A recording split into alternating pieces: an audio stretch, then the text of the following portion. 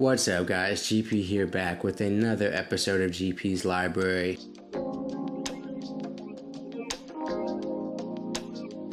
Today I will be talking about the book All Things Remembered by Goldie. I actually had no idea who Goldie was before I picked up this book. Nicole had this book before I did, and so I kind of just picked it up, started reading it, and I was curious about it. Goldie is a drum and bass DJ out of the UK. I wasn't familiar. I had never even heard of drum and bass music. I'm not really into the genre, and I think that made it a little bit better. I had no real emotional ties with the music or with Goldie himself. I kind of just read it as a straight memoir, as an interesting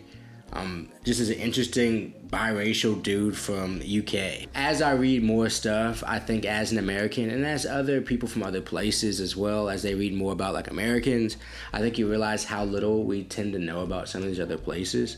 And I'll get more into that later. Let's get started. So I really finished this recently. I finished it July 23rd, 2023. So I really just finished it maybe 2 weeks ago.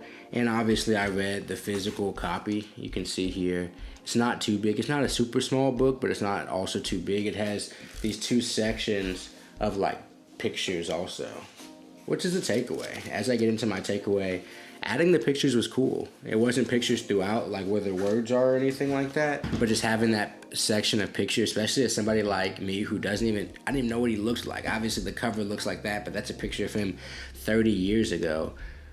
So I didn't even really know what he looked like or who he was. So I thought the picture section was actually a pretty cool add-on in the book.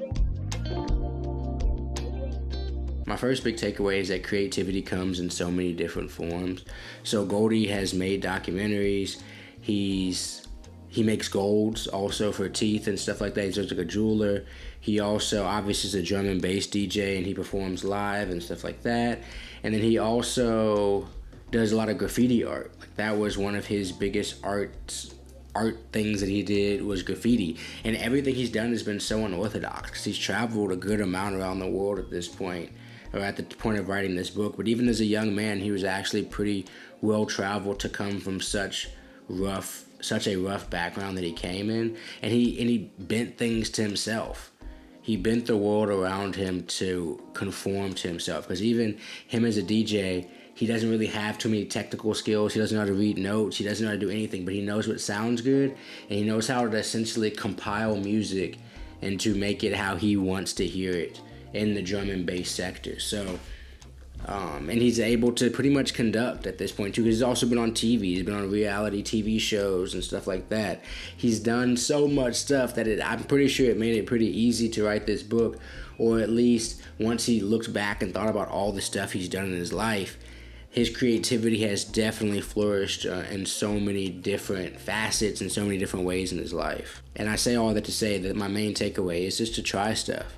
Obviously, Goldie didn't know he had any of these talents, so he just tried all this stuff. He tried roller derby. He tried, obviously, the graffiti. He tried all these different arts and sports and all that stuff, to where now he's been into yoga and stuff like that. So just trying things gets you closer and closer to those things that you actually love, because you're not going to love everything, but the only way to discover what you love is by trying something different. Another takeaway I had from this is that when life gives you redos, take them.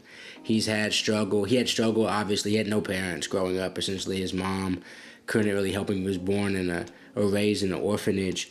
And so that led him to not being a great parent himself, especially to his first couple kids. He has a child in prison, and he has a child that I think is mentally ill and just struggled to take care of his kids. But now he has a child, like in the modern day, a younger one, and he's able to be a better dad than he was to the ones before. And I'm not saying it's a redo or that makes up for him not being a good father to his first couple kids, but I do say, like, if you just repeat it again, then it's like you're not learning anything. So I learned that if you learn from your previous mistakes, if you evolve as a person, sometimes life will give you another chance.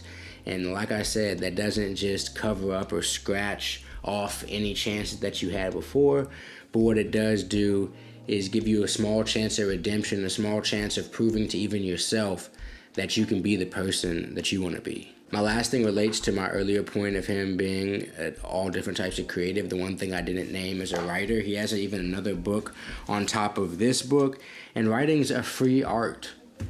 in terms of you can do whatever you want. He writes a lot of this in probably not very good like punctuation English, or poor punctuation English. I'm not sure. A lot of things are in accents. A lot of things are in vernacular. A lot of things just are written the way that most authors wouldn't write it, but it gives you a better sense of who he is. And so I found that interesting, that you don't have to conform to anything that you think writing is. If you're a writer, you can write how thoughts come in your head, and that means you obviously need to edit it, you need to do rewrites and stuff like that, but that doesn't mean you have to completely change your style or completely change how you talk when it's on paper, and that's something that I need to definitely work on. Next is Who It's For.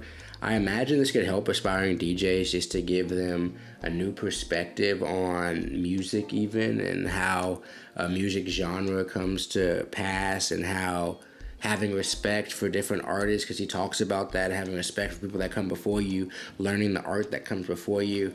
I figure just learning from, a pretty famous DJ,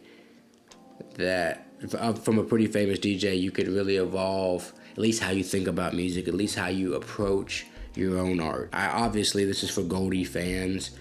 I met somebody else recently after reading this book, actually, that said like they used to have Goldie on repeat and stuff because they love drum and bass. So I'm sure there are a lot of Goldie fans out there. He's famous, you get hundreds of thousands of views on YouTube. People go to his concerts, sell out his concerts and stuff. So a Goldie fan would obviously appreciate this. A Goldie fan would probably more than likely know this book exists, but you never know. People really don't know that a lot of these artists have books as well. If you want to learn about some issues that the UK has, like poverty in the UK, like the hood in the UK, like the shit that they're dealing with over there, because I feel like as Americans, we live in such a violent place that when we think about these other places, we don't think that their hoods can be bad, or that they have really like bad neighborhoods compared to us, which is a really interesting, probably like very race-driven idea. But like the fact that they have like bad, like really bad like white neighborhoods over there in the UK, or kind of mixed neighborhoods maybe, but like the UK is a whole different type of like hood setup and impoverished setup. How it looks and how it acts is different, because they're not big with like gun violence out there. They're not as heavy with gangs, but I know they still have like cliques and posses and stuff. So the culture is different out there. So it's just interesting reading about like impoverished issues in UK, because they are different than they are here, but at the same time they're very, very similar. Just over there, it's not to the extent, but I realized that like you only know as bad as you've been. So he realized that Brooklyn was way more dangerous than almost anywhere he'd been in the UK, but he didn't know that till he went to Brooklyn. Before that, you're thinking where you're at is like the bottoms. And it's just an interesting perspective switch or change when you kind of learn about people other places facing the same problems we face. Last is music fans. He's a successful artist. It's interesting, and I think there's always something to learn from successful artists. They've done something right to be able to fill a concert venue for 20 years. They've done something right to get all these streams on these social media. And so I like reading about a lot of these artists simply because they did something right. And if they did something right, that means there's something for us to learn from them. So guys, All Things Remembered by Goldie. Very good book. Written differently, written a little bit unique. You'll learn some more UK or some new UK slang in there. Go pick up a book, find something, put in the comments what you're reading right now. If you've read this or you're a fan of Goldie, put that in the comments below as well. Guys, GP with another episode of GP's Library. I'll see you guys next time.